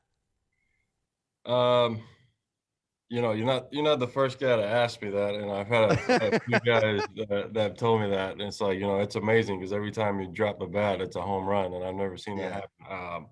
For me, it's just a swing. It's my A swing, and it's literally I hit it dead on, and it just so happens that I'm just trying to let go of the bat, and it drops. Right-handed, it's a little weird because at times I got to make sure I'm not throwing the bat about 10 feet towards the pitcher. It's just a finish. But yeah, I've had people ask me about that. It just happens. It's a natural thing. I'm not trying to show anybody up or nothing like that. I just hit it and I open my hands. If I got too much stuff on my hands, it's gonna go back here or it's gonna go out in front. You guys decide. Yeah.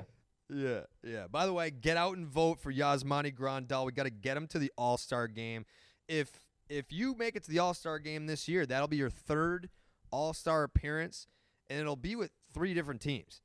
So you're a guy that you're an impact player. I mean, like you're one of my favorite guys to watch, especially at the plate. I'm a big Brew Crew guy. That's my NL team. What do you remember most from your All-Star game experiences? Do you remember like going up to someone and picking the brain of a guy that you've never been teammates with before or anything like that? Um, yeah, I mean, I'll do that. I'll start talking to a few guys. You know, I remember in 19 getting to Cleveland and walking in and seeing Soroka, and he looks Yeah, like he's yeah. 15, right? So I'm thinking he's a bat boy. Yeah. Um, so I just walk in. I'm like, I don't know what this guy's doing here, and all of a sudden, I see him out on the field, and I'm like, okay, yeah, maybe he is a bad boy. And then all of a sudden, I'm catching him in the game, and I'm like, oh shit, this guy's not a bad boy. And I told them, I was like, dude, I thought you were like 15 years old, but no, I just try to talk to you guys. You know, at times I like to play some mind games, whether I'm trying to see you at the end of the year, uh, just to see what you give me. Um, Mm-hmm. you know, I love watching BP. I love watching guys take their A swings, trying to hit it out. Because if I'm going to face you, I want to see, and I'm seeing that swing. That means you're feeling good. So we got to try and figure out different ways to get you out. So, and other than that, yeah, like you said, I try to get into guys' heads, see what they think, what they're thinking during the game. What you know, a lot of guys just start talking and give you a lot of information that you know you can use against them at some point in time. Right. And you're kind of like a rare breed where, you know, you're a catcher that can mash. And there's a lot of catchers in the league right now where they're back there for defense and defense only, and whatever you get from them offensively is kind of just a bonus at that point. But when you're not catching, you'll see yourself on the lineup card as the DH. And I feel like philosophies kind of vary as it pertains on the catcher. Do you find that you're more locked in at the plate on a day where you can just focus on hitting as a DH, or when you know that you're catching that day and you're playing all 9 innings and you're playing defensively, where you're kind of more locked in at the plate because you're also playing defensively? Which one is more comfortable for you? For me, it's catching because as soon as I start catching, you know, I'll get to the field, then I start building a game plan, and it's all about the pitcher, right? It's all about you know how do I get this guy through 9 innings? How do I uh, do the best that I can do behind the plate so that you know I can give my team a winning chance.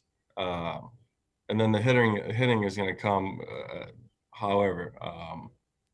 But usually when I'm locked in behind the plate, I'm locked in at the plate too. So when I'm doing really good catching, I'm going to be doing really good hitting too. So I don't worry about it too much. Um, so yeah, you know, usually it's just when I'm catching, I'm locked in. You can put me in for 20, 40, 50 games in a row. I'm going to be playing and I'm going to be locked in.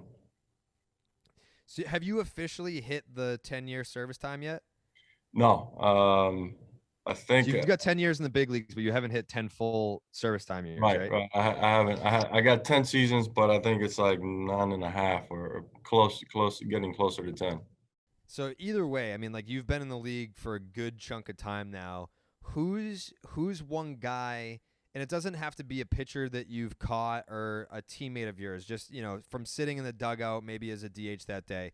Who's the one guy where you're like, that's a guy that even as a player, if I were a fan, I would pay money to see that guy. Who's that for you? Oof. I mean, I can go by year. Uh, Yeah. but you know, just recent times, you know, Corey Bellinger, Corey Mm-hmm. Seager. Obviously, you got Kershaw, and obviously, you said no teammates. But I mean, uh, Acuna, obviously. I just noticed you've been around for a lot of MVP. Like you were there for Belly's MVP. You were there the year after Yelly won his MVP, and he should have won in 19 until he got hurt in September. And then you're there for Abreu's. You're kind of just like a good luck charm. Did you notice that yet? Yeah, people tell me that every time I get traded, they build a brand new facility. So people they just ask me to come over. Hey, can you come over so we can build a brand new facility? I think I've been Yep. I don't know 5 different organizations, and they all had brand new facilities right after I got in there. So, Yeah. but yeah, I have been around a lot of MVPs. Just have the opportunity to be around those guys has been great. Yeah, and you've also the thing is you've been on it's been a long time since you've been on a team that wasn't good. Like you're always on a good team, you're always in the thick of it. Can you recall one specific game that the environment was like the loudest and the rowdiest? So like what was the game where the crowd was buzzing the most? It was surprising to me, and it was one of the reasons why I wanted to go there, and it was Milwaukee. Yes. In 19, we had played the World Series in 17 in Houston. Houston was rocking. I mean, it was loud, it was fun, and then all of a sudden, you get to Milwaukee where you don't expect those fans to be as loud and upbeat like they were, and man, I just loved it. So, it was an easy call for me the next year. Once they came onto the table and be like, hey, these guys want to go, I'm like, yeah, let's go. Because I felt like the fans were one of the best ones I've ever seen. Once they close the dome there, it is loud. It is loud as fuck in there. And then when they blow off the fireworks, it's like you're playing in like a cloud after that. They're like, hey, man, maybe we should open the roof before we blow off some fireworks. And the one thing that I respect about you the most was you were a guy that bet on yourself. Like when you were a free agent after 18 and you're fielding multi-year offers and you're like, listen, I know what I'm worth on an average annual value basis. So I'll go take a 1 year. I'll go prove myself. And you did. You were on the All-Star team the year that you said I want to prove myself, and then you turned that into a multi-year deal with the Chicago White Sox. Have you ever taken a second since that happened to kind of look back and reflect and be like, I bet on myself and won? Like that's got to be a really cool feeling. No, I haven't, because that's been my whole career basically. Coming out of high school, it was the same thing. I met with a few GMs, and I told them, and those GMs kind of called my agent and said, hey, this guy's fucking crazy. Yeah. My agent is like, well, trust when he tells you this, it's gonna happen. And I saw those GMs afterwards and during that year, and they kind of shaking my hand like, shit, we should have listened to you. Yeah. But yeah, I mean, I take it as a challenge. I like the challenges. So, I mean, it paid off. I totally respect the shit out of that you did that and it paid off for you. We miss you in Milwaukee. But I want to thank you so much for taking the time. And get out there, vote for Yasmani Grandal. Best of luck to you in the second half, and hopefully we'll see you in Denver. All right, thank you. Big thanks to Yasmani Grandal for making the time. You know what was cool about that interview, Dallas? First question, talk to him about, you fucking hit a homer, and immediately you're the bat drop king. Like, you bat drop, and you've never bat dropped a ball that wasn't a home run. How do you know? How do you know? And you know what he did that night? Right after this interview happened in the White Sox media room. So he did the interview, probably hit the field, took some BP, played in the game that night. 2 bombs from both sides of the plate, bat drop both of them. He hit some tanks. Mm-hmm. Yeah. The rub is real. Like, we don't even have to look. Yeah. You come on, you're going to be great. It's that simple. Yeah. It's that simple. Like, I'm done telling people about it. I mean, we Everyone won can MVP. fuck off too about the starting 9. Like the rub not working for Schwarber. He hit a home run in his first at bat after doing the interview. We're not responsible for anything that happens after that. Yeah, I mean, like, and if you go to if you have a meal, it's probably an MVP in your future. Just saying. Right. Just saying. What do we got left here? Nutrisystem. The all-new Nutrisystem for Men is a science-backed high-protein program that is designed for men to deliver lasting results. Ooh. You can lose up to 30 pounds in your first 90 days. You just eat the food and lose the weight. It's unbelievable. They got shakes, bars, snacks, whatever. Shredding season, Carrabis. It's shredding season. The bars are my personal favorite. You know, I like to mix that in like in between lunch and dinner. It's like, oh, it's too early for dinner. Just had lunch, but I am a little hungry. Try the bars. You're gonna love them. Can you imagine anything easier than getting food delivered to your door to help you lose weight?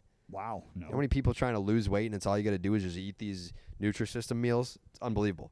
You get fully prepared meals delivered, a top-rated app to keep motivation levels high, and free on-demand coaching. It is a protein-packed meal plan designed to give you sustained energy while crushing hunger and increasing calorie burn, which makes weight loss much, much easier for you. All you got to do is go to Nutrisystem.com/barstool50, and that'll get you 50% off 2 months worth of food plus free shipping, which is huge. Again, that is Nutrisystem.com/barstool50 to find out more and start losing weight today. All right, final thoughts, Dallas. What do we got? We already talked about Schwarber and the injury. I mean, my final thoughts are pretty clear, but I wanna know what yours are. Please keep it Chris Bassett free. I think we got it.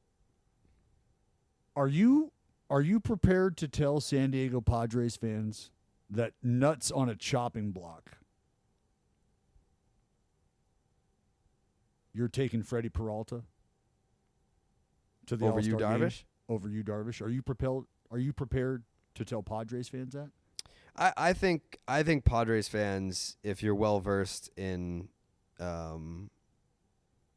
my brand, would not be surprised to hear that. Are you willing to do that? Yes. I think if you were to ask me, like, it's all about phrasing. Is Yu Darvish an all-star? Yes. Well, no. Is he I worthy, didn't ask. Is I he didn't worthy ask of that an question. all-star I selection? Yes. I didn't ask these questions. I didn't ask any of these things. Who is more worthy of an all-star selection? This is Yu you just Darvish making a statement. Or Freddie Peralta? The answer is Freddie Peralta. Sorry. Sorry if that upsets you. Sorry if that upsets anybody. No, that right there. You're right. And now I want an opinion. That's my opinion. You're taking Freddie over you, right? Mm-hmm. Okay. I am. Okay. Just wanted that on the record. Unapologetically. That you're kicking Yu Darvish, who's having an all-star season, out of that spot and plugging Freddie Peralta. I just want that on the record. That's fine. Yep. Okay. Yes. Yep. That's all. That's all I got. That's all I got. That's all you got for a final thought? That's all I have, man. That's all I have. What pick do the A's have for the draft? I nothing think great. 24th. You hearing anything about what they might go with or what they're hoping for? 17th. No, because we're so far down the road. I have an idea of where our interests are. High school or college? The Oakland A's have typically been more college centric. Interesting. But recently, there has been attention paid to the high school ranks. And I'm not exactly, how do I put this? I don't know if there's a shift necessarily in evaluation, but I feel like there's just as I think the ability to analyze players on a different level, because look, when you got scouts down, boots on the ground that are accumulating information and data on a consistent basis around guys that you're really targeting, that's different than how it was maybe 15 years ago, where you have a scout who's just watching, a few series, watching a weekend series. That's great. Well, now there's guys that are tracking bat speed, tracking exit velocity, guys that are throwing bullpens and actually getting data from those bullpens. Well, that's happening now at the high school level as well. So when you're able to get that kind of data and that kind of feedback at a very early age and compare that to maybe a senior sign that you might be kicking around, now you really have the ability to differentiate upside on a kid who's 17, maybe 18, as opposed to that kid who's 20, 21. And now you can look at that 17, 18-year-old, compare him to that 20, 21-year-old and go, you know what? I feel like feel like we might be able to build something here with this younger fella. I think that's a great point too. We've kind of entered the Rapsodo, TrackMan era where it's not just major league teams that have access to this stuff. There are a lot of high school players that are using it, college players. No. Fuck the college here, because like as we have found out, and like I mean, I knew this playing D1 baseball, but as you find out talking to these coaches, the dedication and the commitment, the financial commitment that they have made to the technological advancements that allow them to assess their players and that allow them to build their players is a big one, a very big one. So it's no longer like if you're already not doing it at the collegiate level, you're already in the slow lane. Like that is what it is. Let us put the word out right now, today, July 5th, 2021, Dallas. We're putting the word out. Next year, for the Barstool Barn Burner, if you want to get drafted by team starting 9, you're not even eligible without TrackMan and Rapsodo data. We don't give a fuck. We got to do 2 podcasts a week. We're traveling to do videos. Dallas is broadcasting Major League Baseball games. We don't have the time to come scout you.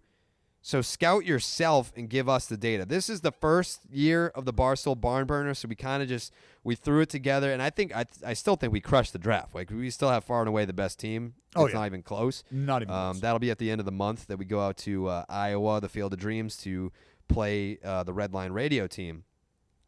We have a great team. But next year, if you're interested in playing in the Barstool Barn Burner, you better be coming to us with some serious data.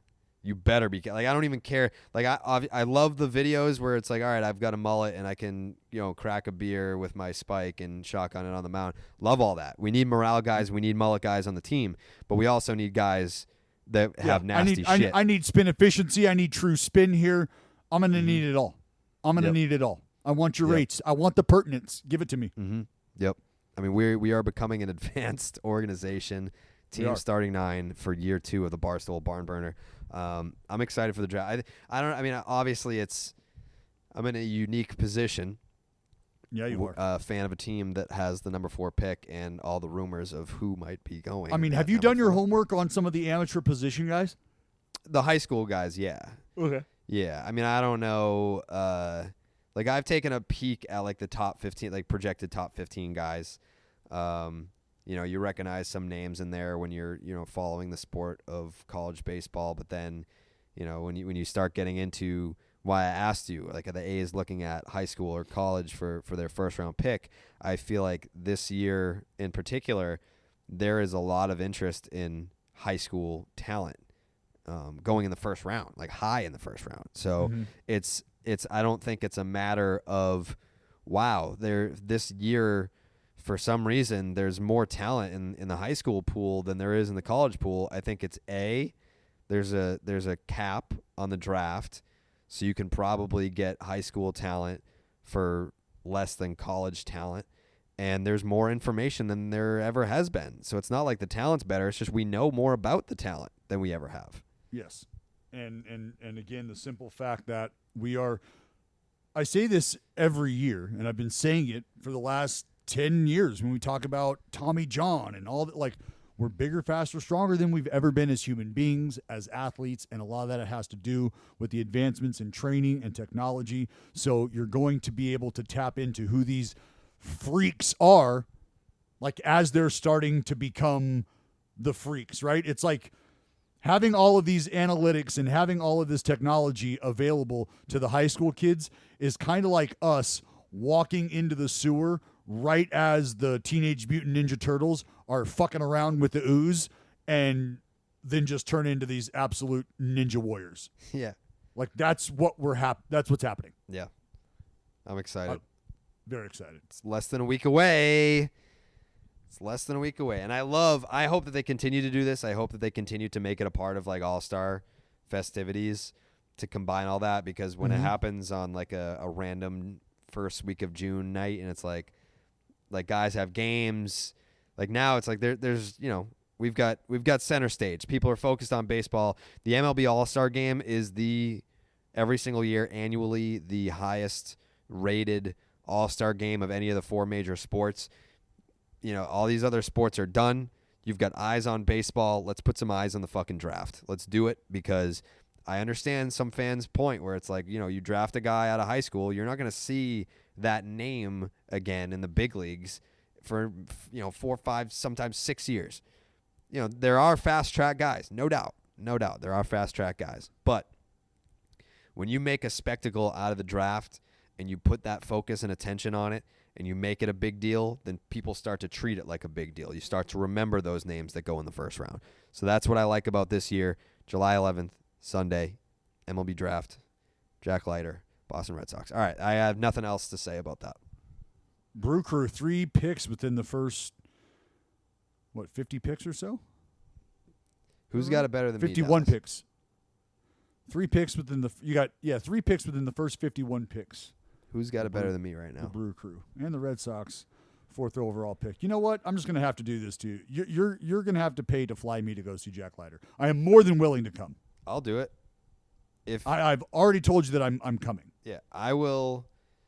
You're gonna have to share a room with me, but I'll pay for your flight to come see Jack Leiter's first professional start, whether it's in Portland, whether it wouldn't be in Lowell, the Spinners are out, but wherever he ends up, I want you to be there with me.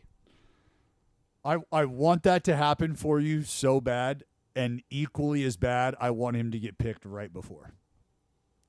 That's fucking mean. I know, but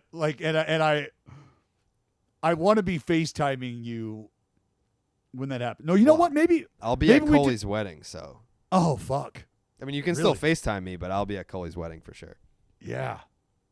Maybe if you're not preoccupied, we go StreamYard or we go IG Live so we can be hearing the draft and folks can watch your reaction. Well, what time is the actual draft? Like, there's a chance that I might be on the road back to Boston from Maine.